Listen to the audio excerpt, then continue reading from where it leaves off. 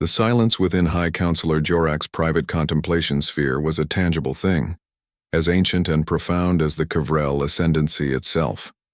Outside its shimmering, translucent walls, the citadel hummed with the ceaseless, perfectly ordered activity of a billion souls dedicated to the great design, the millennia-old framework that governed every facet of K'vrell existence. But here, Jorak floated in a pool of starlight, the vast tapestry of the K'vrell domain a glittering map beneath him, each star a testament to their enduring stability. He was old, even by K'vrell standards, his scaled hide the color of weathered obsidian, his multifaceted eyes holding the wisdom of centuries. As keeper of the Scrolls of Precepts, it was his duty to ensure the continuity of their civilization, a task he had performed with unwavering dedication. The scrolls, penned by the first progenitors, were the bedrock of their society, their guidance, absolute. Yet nestled within the deepest, most archaic layers of the scrolls were the passages Jorak seldom revisited, the decrees of dust and shadow. They spoke not of conquest or external threat, but of unforeseen agents of change, of a potential disruption from within the very fabric of galactic understanding, a force that could unravel the meticulous threads of the great design. For millennia, these warnings had been relegated to allegory, to cautionary tales for errant star systems or long-dead chaotic species. No one truly believed they held contemporary relevance. The K'vrell were the apex, the custodians. What could truly change? Them? A soft chime precisely modulated broke his reverie. "Enter," Jorak intoned, his voice a low rumble. The shimmering wall parted, revealing Subdirector Pellin, his posture one of perfect deference. "High Counselor," Pellin began, his cilia twitching slightly, a sign of minor perturbation in a species that prided itself on unshakable composure. "Forgive the intrusion. We have an update from Border Observation Post K-77. Jorak turned one massive eye toward the Subdirector. K-77 was a remote sensor array at the very fringe of their charted territory, a place where little of consequence ever occurred. "Proceed." The post reports detection of multiple, rudimentary faster-than-light transits, originating from a previously uncatalogued star system designated Sol by its inhabitants. Pellin paused as if weighing his next words. "The energy signatures are crude, unstable even. They identify themselves as humans. Humans." The word was as unremarkable as the dust motes drifting in the sphere. Jorak accessed the preliminary report via his neural link, a bipedal species carbon-based, relatively short-lived. Their technology was a haphazard collection of barely understood principles, their societal structures seemingly fluid to the point of being anarchic. They were, by K'vrell metrics, primitives barely out of their atmospheric cradle. Their FTL method? Jorak inquired, though he already suspected the answer. "A brute force displacement, High Counselor," Pellin confirmed. "High energy cost, significant subspace tearing. Inelegant. They appear to be exploring." Jorak let out a slow exhalation, a sound like stone grinding on stone. Exploring. Like hatchlings pecking their way out of a shell, unaware of the vast, ordered galaxy that awaited them. Their potential for threat? Negligible, Pellin stated, firmly. They possess no advanced weaponry that our sensors can detect. Their ships are small, their energy output insignificant compared to even our smallest patrol craft. They seem harmless. Chaotic, certainly, but harmless. Harmless, Jorak repeated, the word tasting bland. The decrees of dust and shadow flickered, at the edge of his ancient consciousness a fleeting, irrelevant spark. These humans were not agents of change. They were a cosmic footnote. Task a standard reconnaissance drone squadron with passive observation. Catalog their capabilities. Ensure they do not stray into core K'vrell systems. No direct contact unless they initiate aggression, which seems unlikely. It will be done, High Counselor, Pellin said, bowing slightly before retreating. The shimmering wall ceiling behind him. Jorak returned his gaze to the star map. The Sol system was a faint, insignificant speck on the periphery. He dismissed it from his thoughts. The great design was vast, enduring. The echoes of dust and shadow were merely that, echoes. They held no power here under the vigilant watch of the K'vrell Ascendancy. He was sure of it. The bridge of the Terran exploratory vessel Stardust Drifter hummed with a quiet energy that was the antithesis of K'vrell formality. Cables, neatly bundled but undeniably present, snaked along bulkheads, connecting bespoke sensor arrays to repurposed processing units. Captain Evelyn Thorne leaned back in her command chair, a worn but comfortable antique compared to the sterile command thrones of alien vessels. Her gaze was fixed on the main view screen, where the kaleidoscopic tendrils of the Zoraya Nebula writhed in silent, breathtaking beauty. "Anything interesting in that glitter, Jax?" Evie asked, her voice calm, a faint smile playing on her lips. Sub-Commander Jax, ironclad Maroney, a man whose solid build and no-nonsense demeanor lived up to his moniker, grunted from his operations console. "Depends on your definition of interesting, Captain. Another dozen protostars, some unusual gravimetric distortions around that Class B giant, and enough exotic particle readings to keep the science team busy for a year." He ran a hand over his close-cropped, dark hair. "Still no sign of little green men, if that's what you're hoping for." Evie chuckled. "Just doing our job, Jax, charting the uncharted. Besides," she added, her tone becoming a fraction more serious, "the K'vrell claim the systems just beyond this nebula. Little green men are the least of our concerns if we stray too close."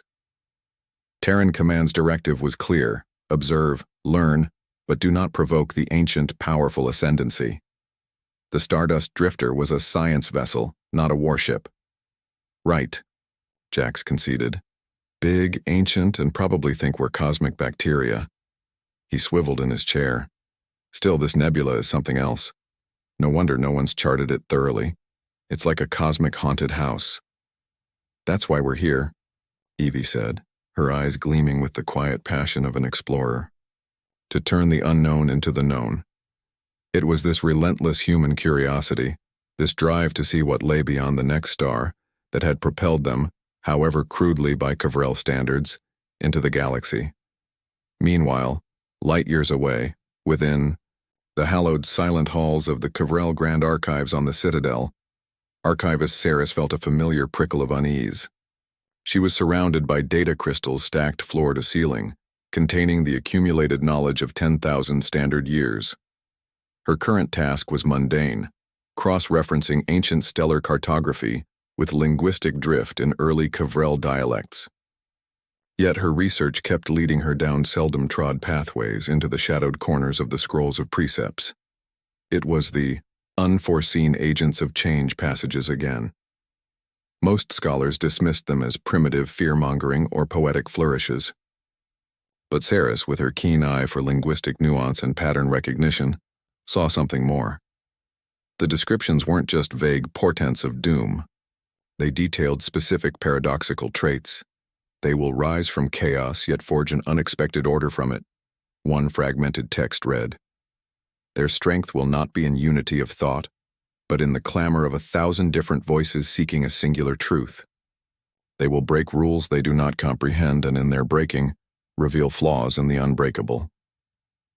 Saris projected the newly arrived sensor data from border post K-77, the energy signatures of the human FTL jumps, the preliminary analysis of their societal structures: chaotic, unpredictable, diverse.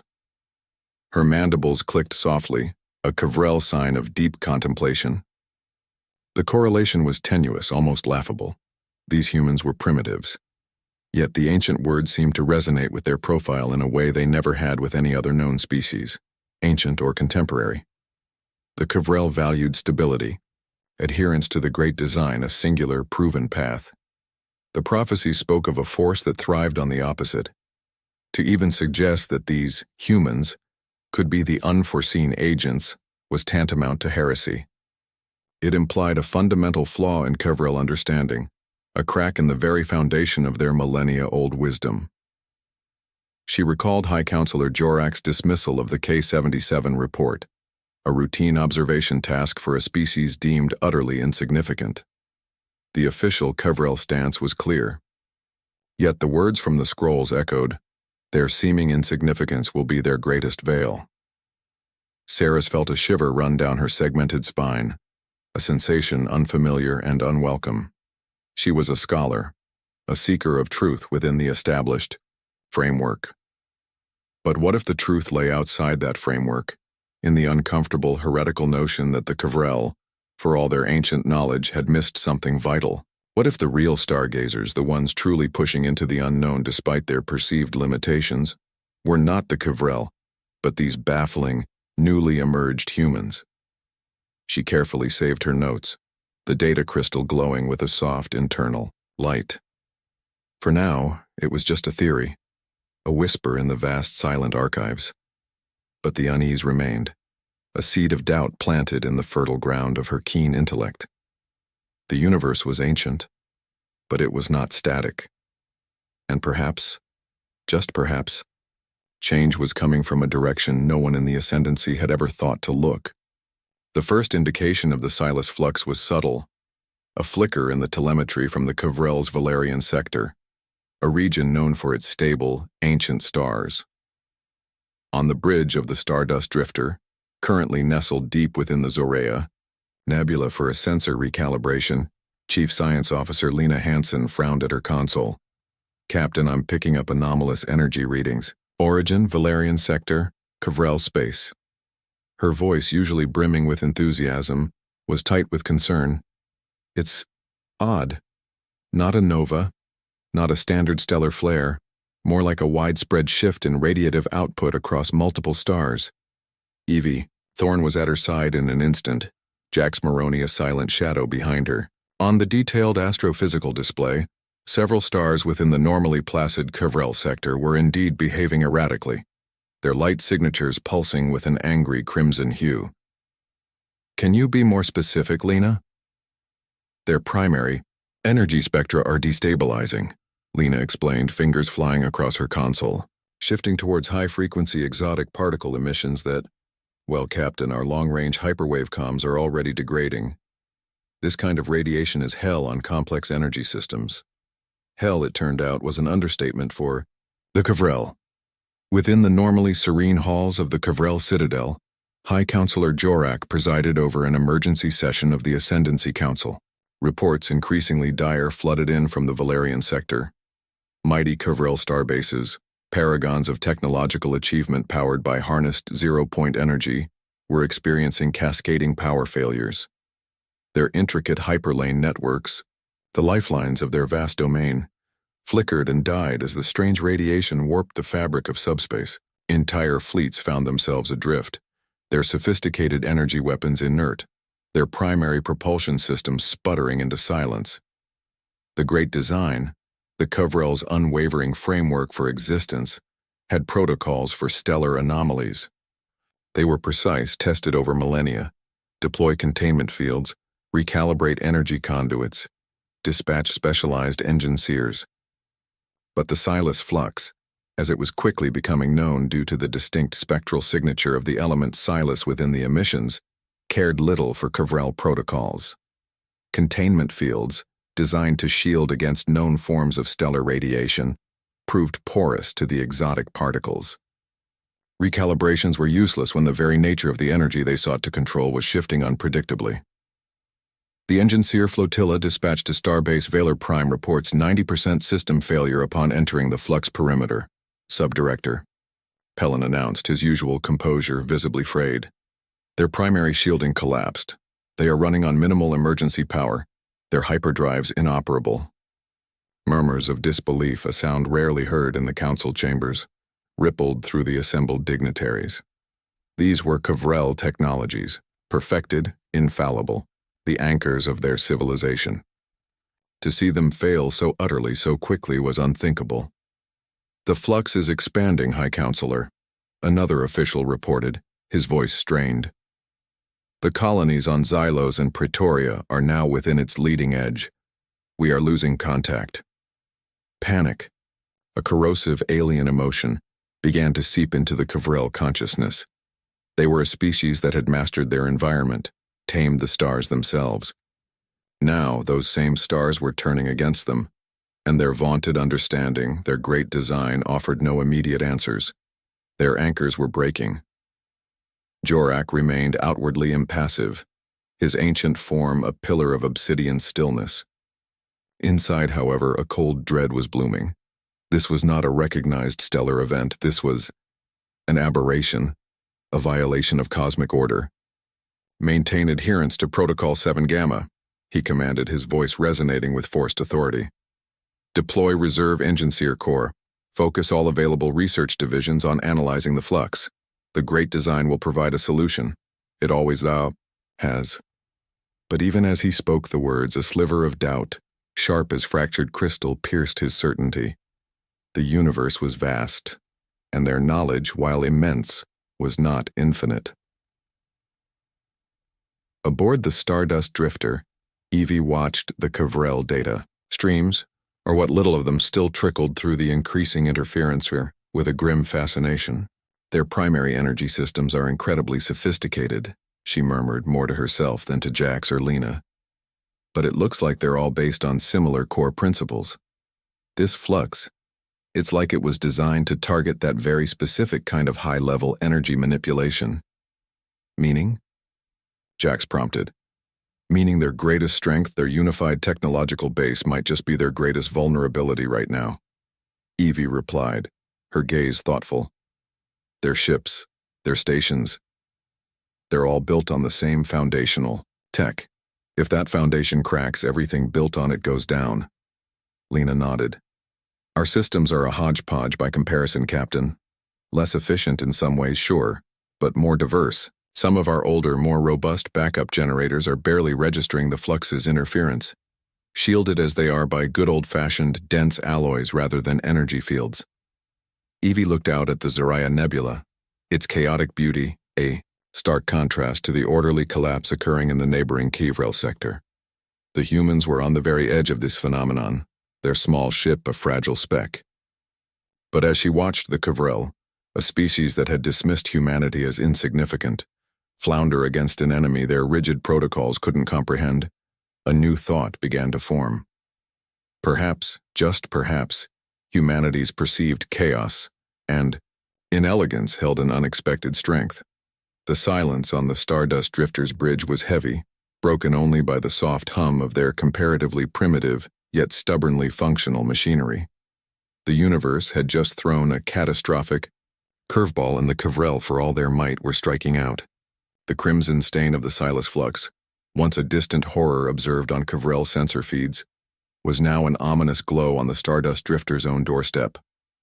The Zariah Nebula's vibrant colors were slowly being muted by the encroaching stellar sickness, its intricate structures warped by the radiation.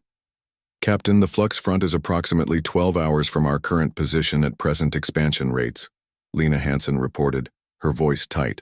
"Long-range comms with Terran Command are completely gone. We're on our own." Evie Thorne stood before the main view screen, her arms crossed, watching the relentless advance. The calculated K'vrell transmissions had dwindled to desperate, fragmented calls for aid, then silence. The dying of their light was a palpable thing. "Damage reports if we get caught in the main front? Our primary energy shields will likely hold for a few hours, maybe less, before critical degradation," Lena replied, tapping at her console. "The main drive will be next. Its quantum entanglement coils are highly susceptible.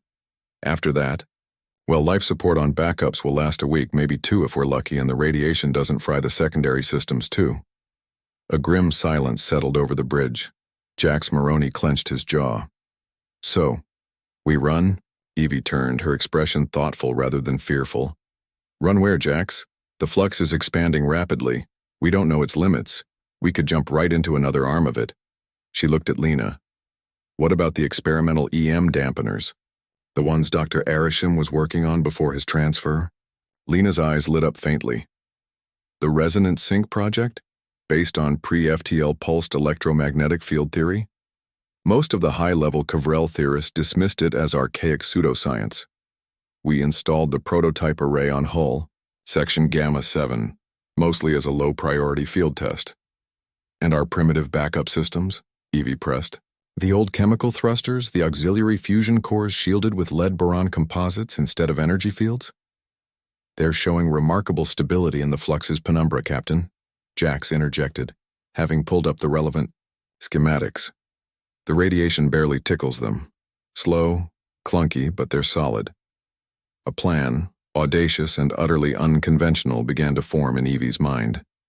The K'vrell, with their singular reliance on hyper-advanced, interconnected energy systems, were being systematically dismantled. But humanity, the galactic newcomers, the scrappy innovators who built their starships with a blend of cutting-edge tech and principles learned from centuries of often failed experiments, might have a different hand to play.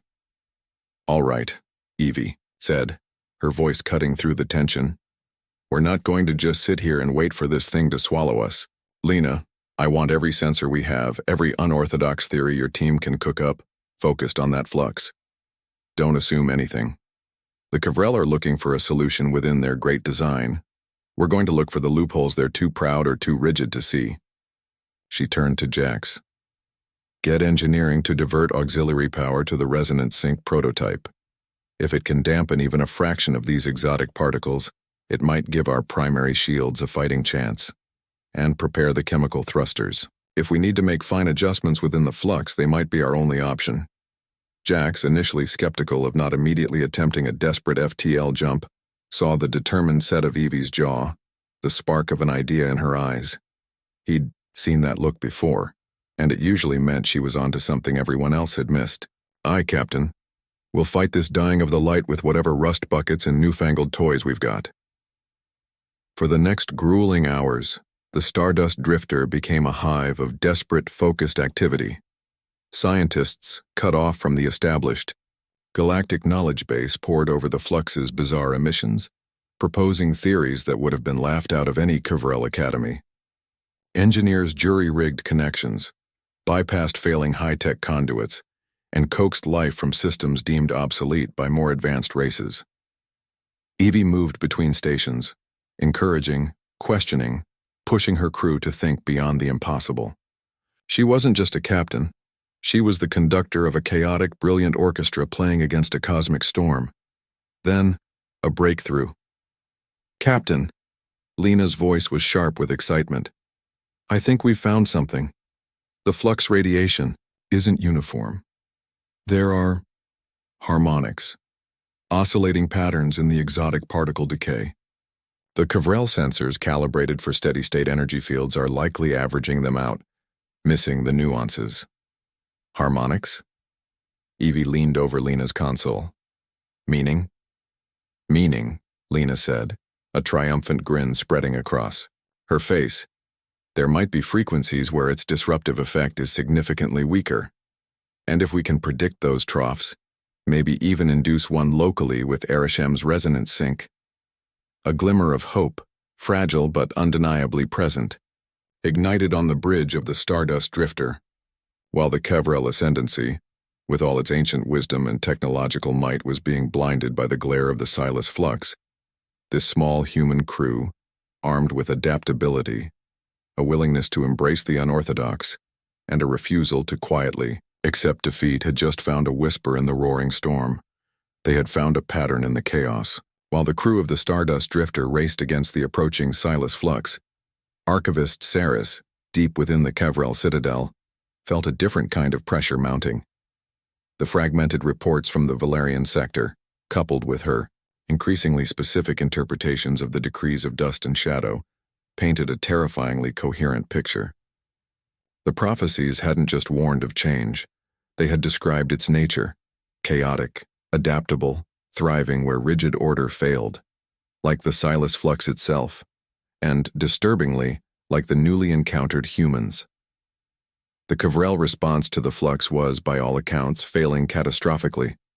Their fleets, built upon millennia of refined, homogeneous technology, were proving fatally vulnerable. The Great Design, their roadmap to understanding and controlling the universe, had no chapter for this.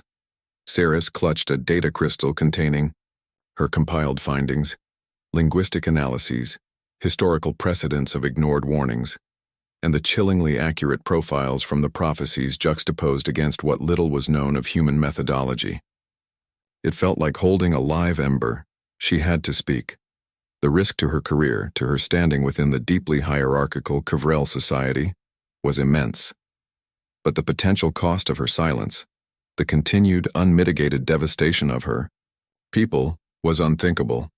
Securing an audience with High Counselor Jorak in these chaotic times was a feat in itself. The Citadel buzzed with frantic energy, the usual serene order replaced by a thinly veiled panic. Yet, Saris persisted, invoking an archaic privilege granted to archivists of the inner sanctum for matters of existential precept clarification. She found Jorak in his private contemplation sphere, though no contemplation was evident. The star map beneath him flickered with angry red icons, each representing a lost ship, a failing colony. His obsidian hide seemed duller, his multifaceted eyes clouded with a weariness that went beyond his centuries. Archivist Saris. Jorak rumbled, his voice hoarse. Your request cited matters of the highest urgency concerning the precepts. Given the current circumstances, I trust this is not a trivial inquiry. Saris bowed deeply, her cilia pressed flat in a gesture of profound respect and trepidation. High Counselor, it is anything but trivial. My research into the decrees of dust and shadow, specifically the passages regarding the unforeseen agents of change, has yielded alarming correlations with the nature of the Silas Flux and the profile of the new species, the humans. Jorak's head, massive and reptilian, slowly turned towards her. An almost imperceptible tremor ran through his frame. Humans? The primitives from the Sol system? Archivist, are you suggesting those beings have some bearing on a cosmic catastrophe that is currently dismantling the core of our ascendancy? Disbelief warred with a flicker of something unreadable in his ancient eyes. Not that they caused it, High Counselor, Saris clarified, her voice gaining strength despite the tremor in her own limbs. But that their nature, their inherent adaptability, their capacity for unconventional thought, as described in the decrees, might hold a perspective, a key, to understanding or mitigating what our established methods cannot. She held out the data crystal. The prophecies warn not of their malice, but of our failure to recognize strength in forms that deviate from the great design. They speak of resilience born from internal disarray, of solutions emerging from what we would deem chaos. She was, in essence, suggesting the K'vrell look for salvation in the very traits they most disdained. She was an oracle speaking unwelcome truths. Jorak stared at the offered crystal as if it were a venomous creature. The stress of the ongoing crisis, the weight of responsibility, and the ingrained certainty of millennia of K'vrell supremacy converged into a single powerful wave of indignation. Archivist, he said, his voice dangerously low. The K'vrell Ascendancy has faced stellar phenomena for eons. Our science is the most advanced in the known galaxy. The great design is the culmination of wisdom beyond your comprehension. To suggest that we abandon our proven methods, our sacred understanding, to seek guidance from infant barbarians who have barely learned to control their own planetary gravity, is not merely misguided. It is an insult to every K'vrell who has ever contributed to our legacy. His voice rose, a rare display of overt anger. The decrees are allegories, Saris, metaphors, not literal roadmaps involving every new species that stumbles out of its primordial ooze. Your research is fanciful speculation, born of panic and a misapplication of ancient texts. We need solutions, Archivist, not desperate fantasies. Saris flinched but held her ground, though her proffered hand trembled. But High Counselor, the patterns— Enough! Jorak roared, the contemplation sphere vibrating faintly. I will not have the Council's time or my own wasted on such heresy while our people suffer. Return to your archives, Saris. Study history. Leave the present crisis to those equipped to deal with it. He turned away, dismissing her with a wave of his massive hand, his gaze returning to the failing lights on his star map. The dismissal was absolute. Archivist Saris stood frozen for a moment, the unheeded data crystal still in her outstretched hand. The weight of his words, The crushing finality of his rejection settled upon her like a physical blow. She had offered a lifeline, however improbable, and it had been contemptuously cast aside. With a slow, deliberate movement, she retracted her hand, the crystal cool against her palm. Disheartened? Yes. But as she retreated from the High Counselor's sphere, a new, harder resolve began to form within her. Jorak was blind, trapped by the very traditions he sought to uphold. If the leadership would not listen, then the truth of the decrees and the potential relevance of the humans would remain her burden alone. The oracle had been unheeded, but her conviction, now steeled by rejection, remained. The K'vrell Ascendancy would face the Silas Flux according to its ancient failing design, and Saris could only watch and wait and hope she was wrong, or that somehow, somewhere, the chaos the prophecies described would find a way to bring forth an unexpected order. The Silas Flux was no longer an approaching threat. It was a terrifying, immediate reality. The Zoriah Nebula's breathtaking beauty had been consumed, replaced by a roiling, crimson-black ocean of chaotic energy that pressed in on the Stardust Drifter from all sides. Alarms blared a symphony of impending doom across the bridge. Main shields fluctuating wildly, Captain. Jax Maroney yelled over the din, his knuckles white as he gripped his console. Down to 60% and dropping. Fast. The flux it's like a tidal wave of pure disruption. Evelyn Thorne stood braced against her command chair, her face illuminated by the angry red glow of the view screen. This was it. No more theories, no more preparation, only action. Lena, are you locked onto those harmonic troughs you identified? As much as I can be, Captain, Chief Science Officer Hansen called back, her fingers a blur across her interface. The patterns are shifting, but there's a dominant cycle. The resonance sync prototype is charged. It's a colossal long shot, Captain. This thing was designed to dampen minor EM interference on lab equipment, not shield a starship from a stellar cataclysm. It's the only shot we've got, Lena, Evie said, her voice cutting through the noise with a calm that belied the maelstrom outside. Jax, engineering. All power from non-essential systems to the sync array and the primary shield emitters. Be ready to switch to chemical thrusters for station keeping. If this works, we'll be fighting the current, not the storm. A bone-jarring shudder ran through the Stardust Drifter as the primary shields buckled under another wave of exotic particles. Shields at 40%, Jax barked. Hull integrity dropping in gamma quadrant. Now, Lena, activate the resonance sync, Evie commanded. Synchronize its pulse with the inverse of that dominant harmonic trough. With a low thrum that vibrated through the deck plates, the experimental EM dampener array, Dr. Arisham's archaic pseudoscience roared to life. Outside, an intricate shimmering field of layered electromagnetic pulses, almost invisible against the glare of the flux, flickered into existence around the Stardust Drifter. It wasn't a solid barrier like the K'vrell energy shields. It was more like a precisely tuned interference pattern, designed not to block the flux, but to subtly redirect and nullify the most destructive of its oscillating energies within, a localized pocket. The effect was instantaneous and profoundly unsettling. The violent shuddering of the ship didn't stop, but it changed, becoming less a brutal pounding and more a resisted turbulence. The blaring alarms softened, then one by one began to silence.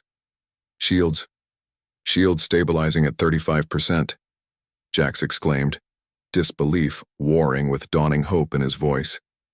The energy cascade has slowed. It's actually slowing. Lena stared at her readouts, her mouth agape. The sync is creating a null field, small, incredibly fragile, but it's there. We're riding in a pocket of relative calm within the storm. The exotic particle density inside our immediate perimeter has dropped by nearly 70%. The Stardust Drifter, a tiny, insignificant vessel by galactic standards, powered by a patchwork of Terran ingenuity and repurposed theories, had become a small, defiant ember glowing in the heart of the consuming void. Its primitive chemical thrusters fired in short, controlled bursts, guided by Jax, holding them steady against the flux's chaotic currents. a task the K'vrell's sophisticated but now inertialist drives could never manage. For hours, they held on, a desperate, focused microcosm of human resilience. The strain on the crew was immense, the power drain on their systems critical, but they held. It was during a brief lull in the external turbulence that a new sound cut through the weary silence of the bridge. The faint, rhythmic ping of a proximity alert. "What is that?" Evie asked, instantly alert. Lena's brow furrowed, picking up a signal. K'vrell emergency beacon. Very weak, almost buried in the flux noise. Coming from Sector 9, just within our localized null field. Coordinates match the K'vrell's Xylos science outpost. We thought it was lost, hours ago. A K'vrell outpost, survivors, trapped within the storm but now, miraculously, within reach of the tiny pocket of safety generated by the humans they had dismissed. Light years away in the besieged K'vrell citadel, High Counselor Jorak watched, yet another red icon flare on his command map, signifying the complete loss of contact with the Praetorian fleet. His aides spoke in hushed, desperate tones. Then a junior technician, monitoring the chaotic sensor ghosts from the Valerian sector, hesitantly spoke up. "High Counselor," a most anomalous reading. From the vicinity of the Solarian vessel, the Stardust Drifter. Its energy signature, while faint, remains stable. And there are indications of a highly localized and most unusual dampening field around it. All other K'vrell assets in that subsector are dark. Jorak's ancient head slowly lifted. A stable human signature? A dampening field where K'vrell technology had universally failed?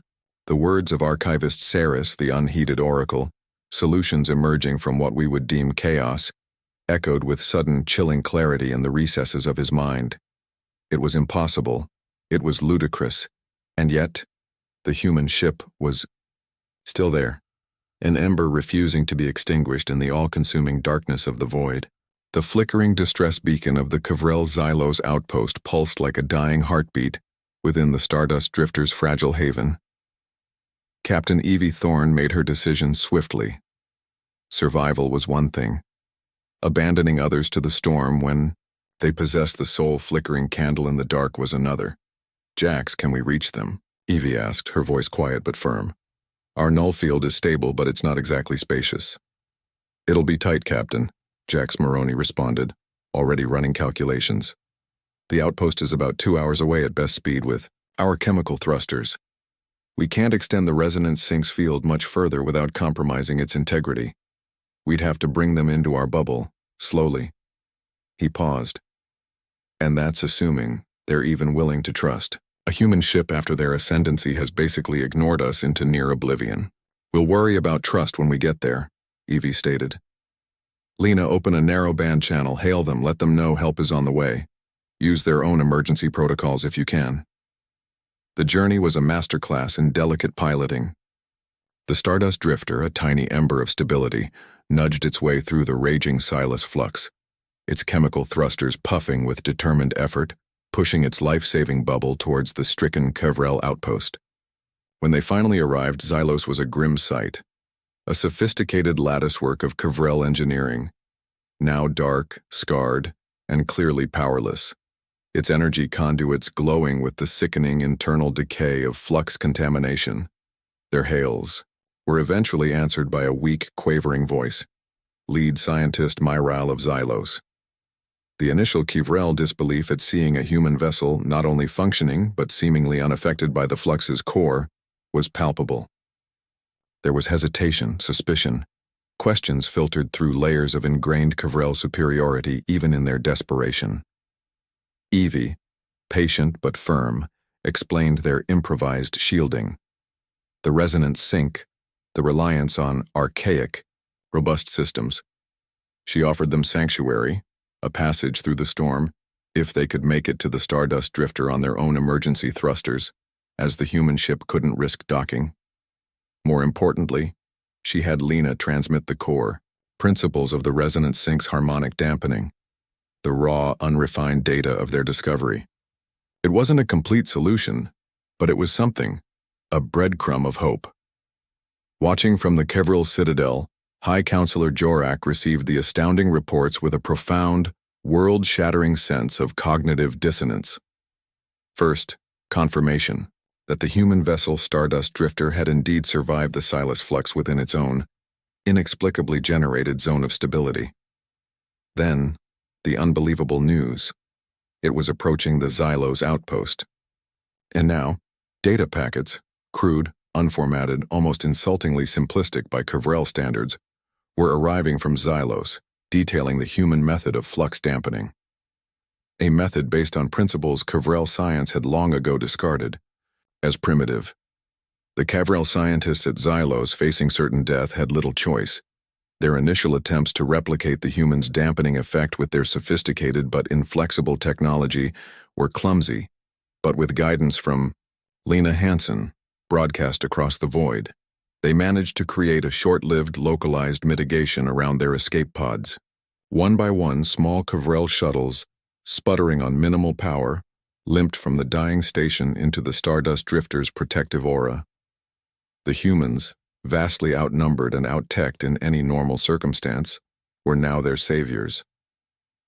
When the last K'vrell shuttle was safely within the slightly expanded, straining null field, Jorak made a decision that went against millennia of K'vrell tradition. The evidence was irrefutable. The primitives had not only survived, but they had understood something fundamental that the Ascendancy, in its magnificent isolation, had missed. Dispatch the 3rd Science Fleet to the Valerian sector, Fringe, Zone K-77, vicinity of the Solarian vessel Stardust Drifter, Jorak announced to his stunned council, his voice heavy with the weight of ages. Their orders are to observe and to learn from the human methodology, replicate their flux dampening techniques if possible, offer them non-interference and safe passage. He couldn't bring himself to say ask for help, not yet, but it was the closest the K'vrell Ascendancy had come to humility in millennia. The immediate crisis in that small pocket of the Valerian sector was, for a few K'vrell at least, averted thanks to the human ember. The knowledge once shared began to spread, slowly, painfully through the K'vrell science divisions. It wouldn't save all of them, not immediately, but it was a start. A crack of unforeseen light in their darkest hour. Days later, with the Xylos survivors transferred to the newly arrived K'vrell science fleet, a tense but respectful exchange, the Stardust Drifter, battered but intact, finally limped out of the receding edge of the Silas Flux.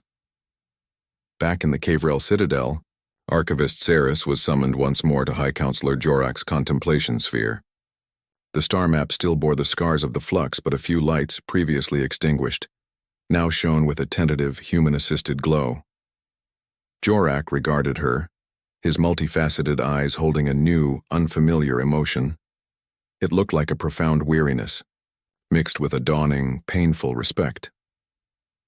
Archivist Saris, he began, his voice softer than she had ever heard it.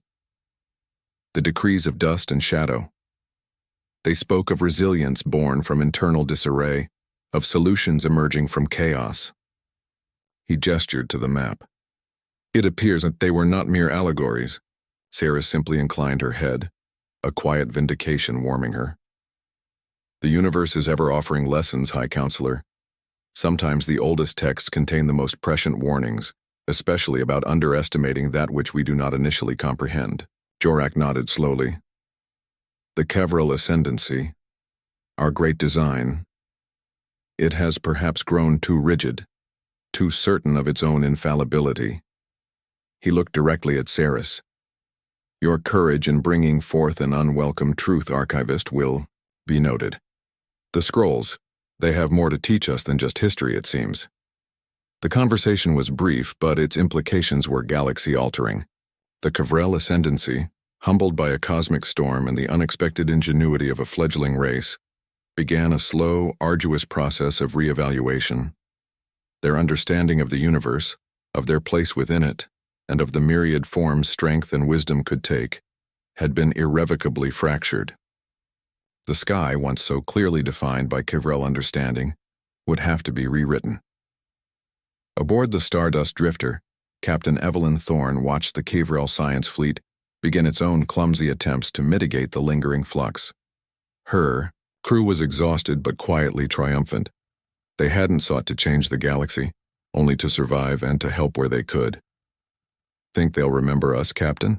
Jax asked, gazing at the retreating K'vrell ships.